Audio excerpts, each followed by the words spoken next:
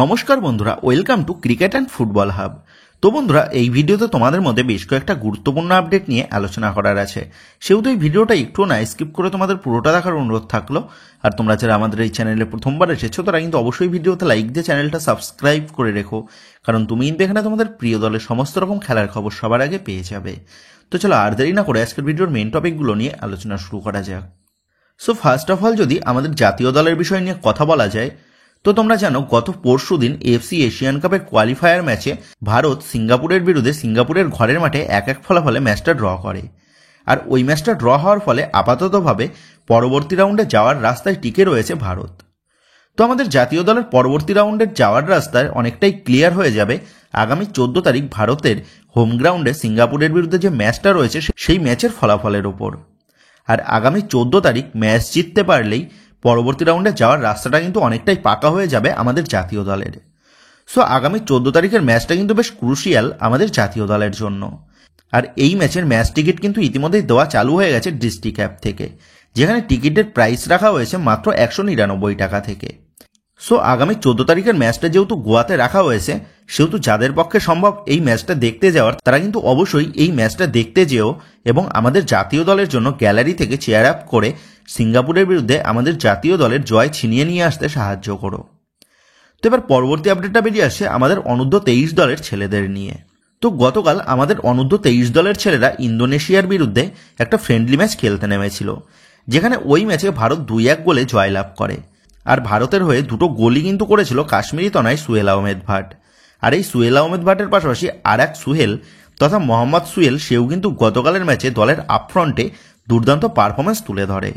আর গতকাল সুহেল আহমেদ ভাট যেমন ওয়ার্কলোড নিয়ে খেলেছিল এবং গোল করেছে, তাতে বলাই যায় আমাদের জাতীয় দলের আগামী ভবিষ্যৎ হিসাবে সুহেল আহমেদ ভাট সে কিন্তু অন্যতম প্রধান অপশন হতে চলেছে। সো আমাদের সিনিয়র দলের হেড কোচ খালিদ জামিলের কিন্তু এবার সময় এসেছে সুহেল আহমেদ ভাটকে সিনিয়র দলে পর্যাপ্ত পরিমাণে গেম টাইম দিয়ে সুহেল আহমেদ ভাটকে সুনীল ছেত্রীর উত্তরসূরি হিসাবে তৈরি করে নেওয়া। তো যেমনটা খবর, ইরানের ফুটবল ফেডারেশন তারা জানিয়েছে তাদের অনূর্ধ্ব 23 দলের ছেলেদের সাথে আমাদের অনূর্ধ্ব 23 দলের ছেলেদের একটা ফ্রেন্ডলি ম্যাচ তারা অনুষ্ঠিত করতে চায়। সো এই সমস্ত বড় বড় দেশের ছেলেদের সাথে আমাদের তরুণ ছেলেরা যত ম্যাচ খেলতে পারবে, ততই কিন্তু তারা নিজেদের পারফরমেন্সের উন্নতি ঘটিয়ে আগামীতে আমাদের ভারতীয় ফুটবলের সাফল্যকে এগিয়ে নিয়ে যেতে পারবে। তো যাই হোক, এবার পরবর্তী আপডেটটা বেরিয়ে আসছে তিলোত্তমায় মেসির আগমন নিয়ে। তো তোমরা জানো ইভেন্ট অর্গানাইজার শতদ্রু দত্তের হাত ধরে দ্বিতীয়বারের জন্য ভারতে পা দিতে চলেছে ফুটবলের রাজপুত্র লিওনেল মেসি। তো যেমনটা খবর, আগামী ডিসেম্বর মাসে মেসি শহরে পা দিতে চলেছে এবং ইতিমধ্যেই মেসিকে দেখার জন্য যে টিকিট রয়েছে সেই টিকিটও কিন্তু ডিস্ট্রিবিউশন করাও শুরু হয়ে গেছে। যেমনটা আপডেট, এবার শহরে পা দেওয়ার পর মেসিকে নিয়ে বেশ কিছু অনুষ্ঠান করানোর পরিকল্পনা রয়েছে শতদ্রু দত্তর, যাদের মধ্যে ডার্বিটা অন্যতম। হ্যাঁ, তোমরা ঠিকই শুনতে পাচ্ছ, যখন বাংলার ফুটবলের প্রসঙ্গ আসে তখন সবার প্রথমে উঠে আসে ডার্বি ম্যাচের কথা। আর বাংলার ডার্বি যে কতটা জনপ্রিয় সেটাও কিন্তু জানতে পেরেছেন মেসি, যার কারণে এই ডার্বি ম্যাচের ক্রেজটাকে মেসিকে উপভোগ করানোর জন্য শতদ্রু দত্ত মেসির সামনে মিনি ডার্বি খেলানোর একটা পরিকল্পনা করেছে।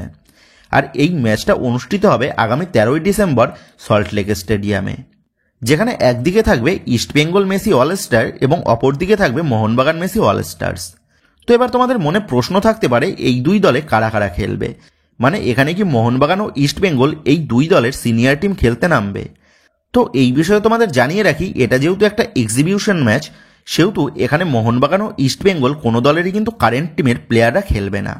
এখানে খেলবে দুই দলের সেরা সেরা প্রাক্তন প্লেয়াররা, যেমন রহিম নবী থেকে শুরু করে ব্যারেটো অ্যালভিটোদের মতন প্রাক্তন প্লেয়াররা। এছাড়াও আরও বেশ কিছু জনপ্রিয় স্বদেশী ও বিদেশি খেলোয়াড়দেরকেও আমরা কিন্তু এই ম্যাচে মাঠে দেখতে পেতে চলেছি। এবং যেমনটা খবর, এই ম্যাচের উইনিং টিমের হাতে মেসি সে কিন্তু নিজে হাতে পুরস্কার তুলে দেবেন। সো আমাদের বাংলার ফুটবলের সবথেকে বড় ম্যাচ তথা সেই ঐতিহ্যবাহী ডার্বি ম্যাচকে মেসির স্মরণীয় করে রাখার জন্যই এমন কিন্তু প্রচেষ্টা নিয়েছেন শতদ্রু দত্ত। তবে এর মাঝে সবথেকে যে বড় খবরটা বেরিয়ে আসছে সেটা হচ্ছে মেসিকে নিয়ে সোশ্যাল মিডিয়ার ভাইরাল সেই পকেট পরোটা তথা রাজুদার পকেট পরোটা খাওয়াতে নিয়ে যাবেন শতদ্রু দত্ত। তো যেখানে ডলি চাওয়ালা সে বিল গেটসের মতন মানুষের সাথে দেখা করছে, সেখানে দাঁড়িয়ে এবার কিন্তু রাজুদার পক্ষেও সম্ভব মেসিকে তার হাতের পকেট পরোটা খাওয়ানোর। তো শুনছি এরপর CR7কে কলকাতায় নিয়ে আসার চেষ্টা করবেন শতদ্রুদা। সো যদি CR7কে শতদ্রুদা শহরে নিয়ে আসতে পারেন, তাহলে যেন শতদ্রুদা জানিয়ে দেন তিনি CR7কে কি খাওয়াতে নিয়ে আসবেন সেই হিসাব মতন আমি কিন্তু শিয়ালদা স্টেশনের নিচে সেই খাবারটা বিক্রি করব। তাতে অন্তত ফুটবলের আর এক রাজপুত্রকে চোখে দেখার সৌভাগ্যটা হবে। তো যাই হোক, এই কথাটা কিন্তু মজার ছলে বললাম, সো কেউ কিছু মাইন্ডে নিও না। তো এবার নেক্সট আপডেটগুলো বেরিয়ে আসছে মোহনবাগানকে নিয়ে। তবে পরবর্তী আপডেটগুলো নিয়ে আলোচনা করার আগে তোমাদের কাছে একটাই অনুরোধ থাকলো, তোমরা যারা যারা আমাদের এই ভিডিওটা দেখছো কিন্তু এখনো পর্যন্ত আমাদের ভিডিওতে একটা লাইক করোনি বা লাইক করতে ভুলে গেছো, তারা অবশ্যই আমাদের এই ভিডিওতে একটা লাইক করে দিও। আর রোজ রোজ এইরকম লেটেস্ট আপডেটগুলোর সাথে আপডেটেড থাকতে যারা এখনো পর্যন্ত আমাদের চ্যানেলের সাথে যুক্ত হওনি, তারা অবশ্যই আমাদের চ্যানেলটাকে সাবস্ক্রাইব করে নিও। তো তোমরা জানো মোহনবাগান দল থেকে সুহেল আহমেদ বা দীপক টাংরি এবং লিস্টন গোলাসো এই তিনজন খেলোয়াড় ইতিমধ্যেই জাতীয় শিবিরে যোগদান করেছে সিঙ্গাপুর ম্যাচের জন্য। তবে এবার কিন্তু এই তিনজনের পাশাপাশি সুভাশিস বোস এবং আপুইয়া এই দুজনকেও আগামী 14 তারিখের ম্যাচের জন্য জাতীয় শিবিরে ডেকে নিল কোচ খালিদ জামিল।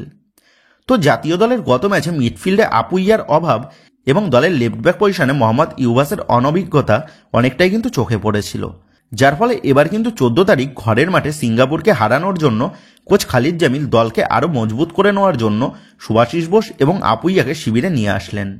এবং আশা করা যাচ্ছে আগামী 14 তারিখের ম্যাচে আপুইয়া এবং সুভাশিস বোসের উপস্থিতিতে আমাদের জাতীয় দলের ডিফেন্স লাইন এবং মিডফিল্ড আরও বেশ খানিকটা শক্তিশালী হয়ে যাবে। তো যাই হোক, তোমরা জানো মোহনবাগানের এর পরবর্তী আইএফএ শিল্ডের ম্যাচ রয়েছে 15 তারিখ। সো এই 15 তারিখের ম্যাচে দলের এই 5 জন প্লেয়ারকে ছাড়াই ইউনাইটেডের বিরুদ্ধে মাঠে নামতে হবে কোচ হোসে মলিনাকে। তবে মোহনবাগান যদি শিল্ডের ফাইনাল ম্যাচের জন্য কোয়ালিফাই করে, তাহলে কিন্তু সেই ম্যাচে অর্থাৎ 18 তারিখের ফাইনাল ম্যাচে দলের এই 5 জন গুরুত্বপূর্ণ প্লেয়ারকেই হাতে পেয়ে যাবে কোচ হোসে মলিনা, যার ফলে ফাইনাল ম্যাচে মোহনবাগান দলের শক্তি কিন্তু আরও বেশ খানিকটা বৃদ্ধি হয়ে যাবে, সেটা বলাই যায়। তো যাই হোক, এবার নেক্সট আপডেটটা বেরিয়ে আসছে সুপার কাপ নিয়ে। তো তোমাদের এর আগেই জানিয়ে দিয়েছিলাম মোহনবাগান ম্যানেজমেন্ট ভারতীয় ফুটবলের স্বার্থে সুপার কাপে 6 জন বিদেশির পরিবর্তে 4 জন বিদেশিকে প্লেইং 11-এ খেলানোর আবেদন জানিয়েছিল এআইএফএফ এর কাছে। তো তোমরা জানো গত মরশুম পর্যন্ত সুপার কাপের রুলস অনুযায়ী 6 জন প্লেয়ারকে রেজিস্টার করানোর পাশাপাশি দলের প্লেইং 11-এ 6 জন প্লেয়ারকেই কিন্তু ইউজ করা যেত। তবে বাগান ম্যানেজমেন্ট তারা এই মরশুমে ভারতীয় ফুটবলের স্বার্থে তারা সিদ্ধান্ত নিয়েছিল এআইএফএফ এর কাছে তারা জানাবে সুপার কাপের প্লেইং 11-এ 6 জন বিদেশির পরিবর্তে 4 জন বিদেশিকে রাখা হোক। আর সেই মতন ভাবেই বাগান ম্যানেজমেন্ট তারা কিন্তু এআইএফএফ এর কাছে এই বিষয়ে তারা আবেদন জানিয়েছিল। এবং অবশেষে যেমনটা গতকাল জানা গেছে, ফেডারেশনের তরফ থেকে এবার কিন্তু 4 জন বিদেশি প্লেয়ারকেই সুপার কাপের প্লেইং 11-এ খেলানোর তারা সিদ্ধান্ত নিয়েছে। আর এই বিষয়টা আপাততভাবে লিগ কমিটির কাছে অনুমোদনের জন্য পাঠানো হয়েছে এআইএফএফ এর তরফ থেকে।